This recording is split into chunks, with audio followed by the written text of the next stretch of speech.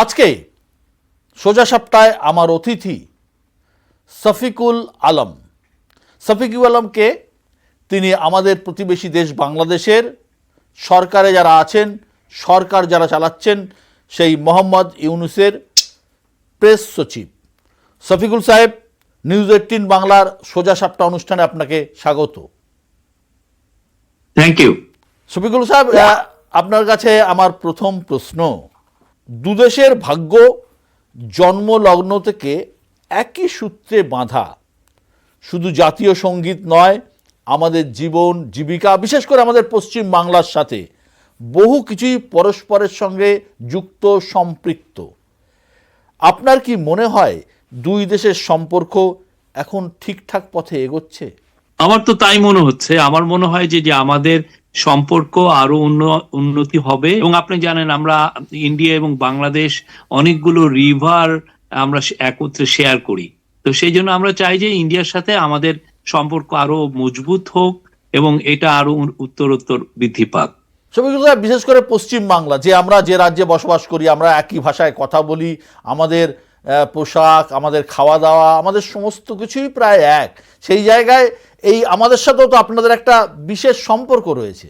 অবশ্যই আমরা পশ্চিমবঙ্গের রাইটারদের লেখা, মানে কতজনের যে লেখা পড়েছি, যে শীর্ষেন্দু বলেন, সুনীল বলেন, বুদ্ধদেব গুহ বলেন, আপনি শ্যামল গঙ্গোপাধ্যায় বলেন, আমার ওনার খুব, এই যে উনি হাট বাজার নিয়ে একটা লেখা লিখেছেন, ওইটা আমার খুব প্রিয়। আমি নিজে বাংলাদেশের হাট বাজারে ঘুরে বেরিয়েছি অনেক। আমার মনে হয় যে ওনার মতো একটা লেখা আমিও বুঝি লিখতে পারবো। আমার পরের প্রশ্ন, সীমান্তে বিজেপি বিএসএফ এর কাজে বাধা দিচ্ছে, সীমান্তরক্ষী বাহিনী যখন কাঁটাতারের বেড়া দেওয়ার চেষ্টা করছে, তাতে ওনার আপত্তি আছে বা আপত্তি কিসের? ফ্ল্যাগ মিটিংও হয়েছে গতকাল।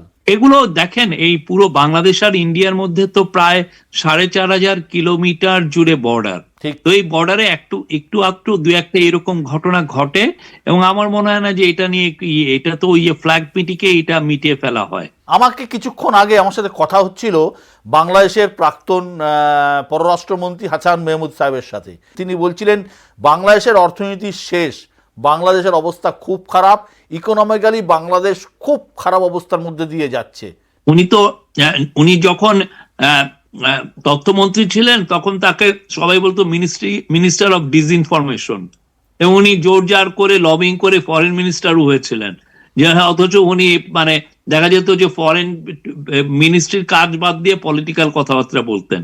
তো ওনার কথা আর ওনার নামে যে সমস্ত করাপশনের অভিযোগ আছে, এটা নিয়ে আপনাদের ওনাকে জিজ্ঞেস করা উচিত ছিল।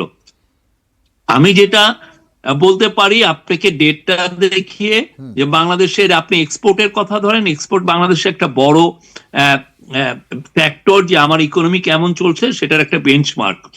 এক্সপোর্ট আমাদেরকে বলছে যে সেপ্টেম্বরে আমাদের এক্সপোর্ট হয়েছে 7%, অক্টোবরে এটা 21%, 21 না প্রায় 22%, নভেম্বরে 16%, এই ডিসেম্বরে 18% গ্রোথ হয়েছে। তো একটা ভঙ্গুর ইকোনমিতে এরকম হওয়ার কথা নাকি?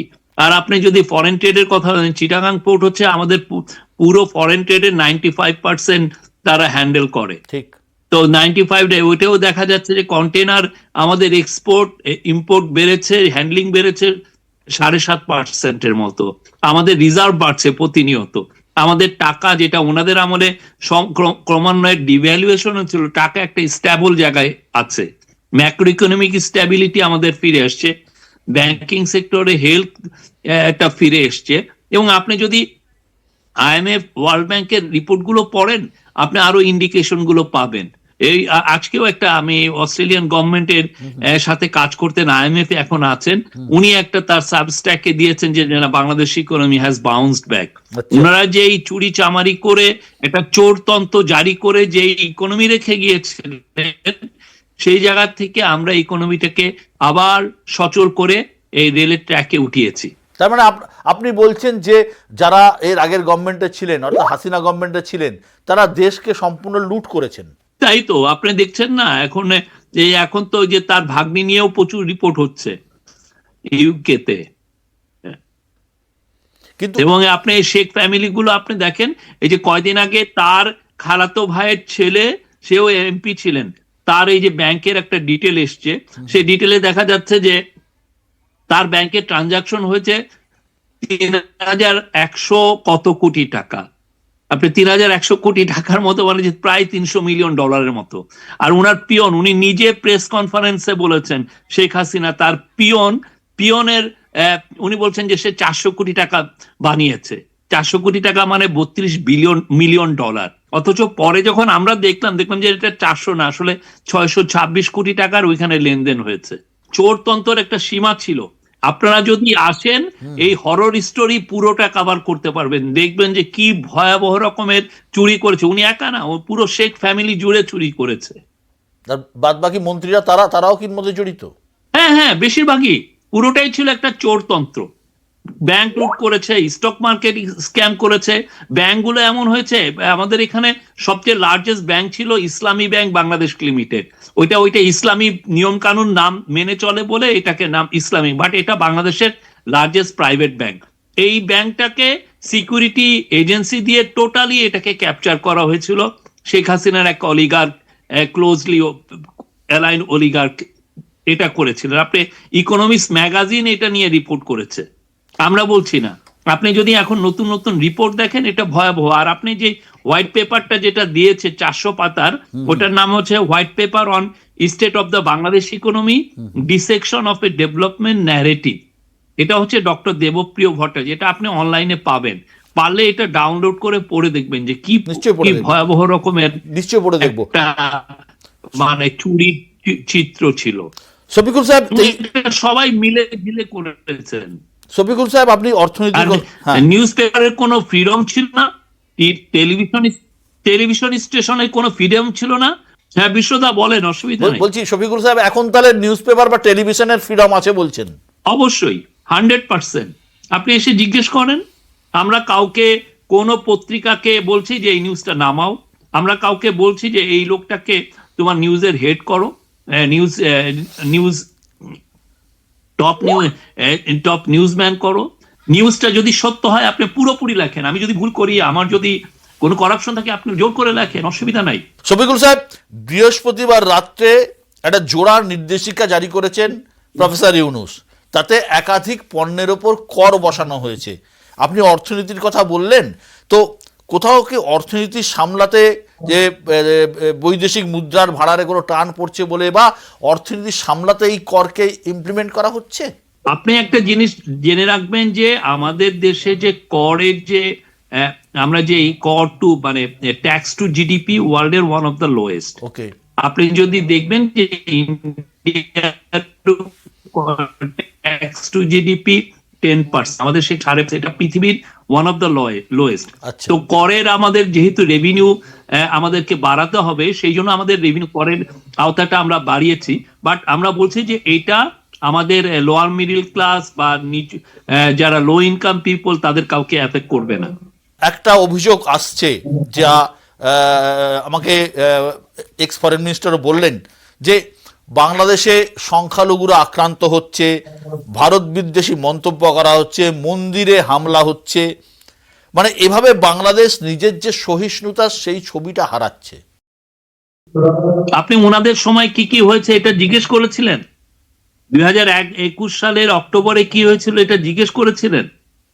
কতজন মারা গিয়েছিল এটা জিজ্ঞেস করেছিলেন? পুরো আপনি যদি বাংলাদেশে আসেন, ইভেন প্রো আওয়ামী লীগ যারা ইন্টেলেকচুয়াল, যারা বাংলাদেশে হিন্দু প্রপার্টি চুরি বা লুটপাটের যারা রিপোর্ট করেছেন, কনফিসকেশনের রিপোর্ট করেছেন, তারাও জানেন যে আওয়ামী লীগের চেয়ে বড় চোর পৃথিবীতে ছিল না বাংলাদেশে।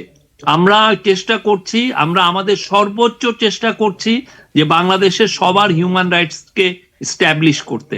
আমরা বলছি যে হ্যাঁ কিছু অ্যাটাক হয়েছে, বাট বেশিরভাগ অ্যাটাকই ছিল political in nature, overwhelming majority. এবং যে সমস্ত অ্যাটাক হয়েছে আমরা কিন্তু এটার ফিগারও আমরা কিন্তু দিয়েছি, প্রায় 100 জনের মতো অ্যারেস্ট হয়েছে এই সমস্ত ঘটনায়, এবং আমরা তাদেরকে প্রসিকিউট করব। এখানে কোনো ক্লাইমেট অফ ইম্পিউনিটি নেই।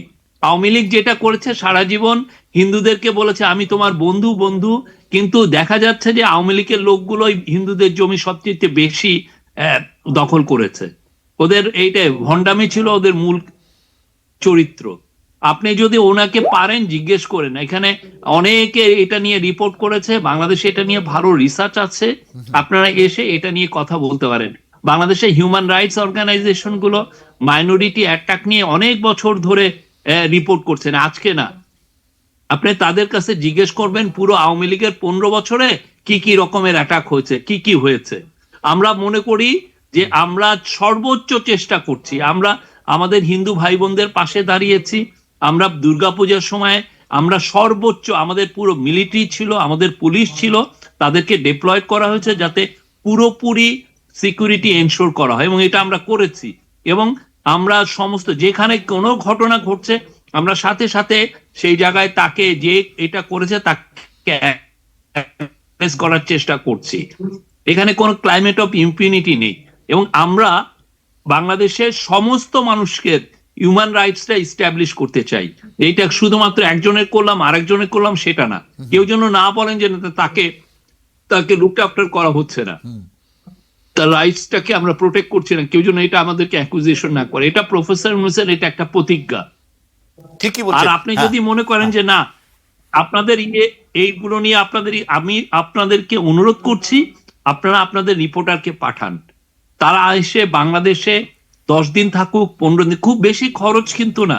না, না, আপনি জাস্ট কলকাতা নিশ্চয়ই। থেকে আপনি বাংলাদেশে আমন্ত্রণ জানালে আমি নিয়ে যাব, আমি নিয়ে যাব। হ্যাঁ, তারা আমরা চাই আপনাদের কাছ থেকে অনেস্ট রিপোর্টিং। আপনি আসেন এখানে, সবার সাথে কথা বলেন, তাদের সাথে আপনি বসে আপনারা রিপোর্ট করেন না। হিন্দু অনেক লিডার আছেন আমাদের এখানে, অনেক ধরনের লিডার আছে, ইয়াং নতুন নতুন লিডার আসছেন, তাদের সাথে কথা বলেন। চিন্ময় প্রভুর যারা অনুসারী আছে তাদের সাথে কথা বলেন, বাংলাদেশে ইসকন আছেন, ইসকনের সাথে কথা বলেন, অনেকগুলো হিন্দু গ্রুপ আছে, অনেকগুলো, একটা দুটো না, অনেকগুলো, সবার সাথে কথা বলেন। বাংলাদেশে অন্যান্য হিউম্যান রাইটস অ্যাক্টিভিস্টদের সাথে কথা বলেন, আপনি you will get the full picture.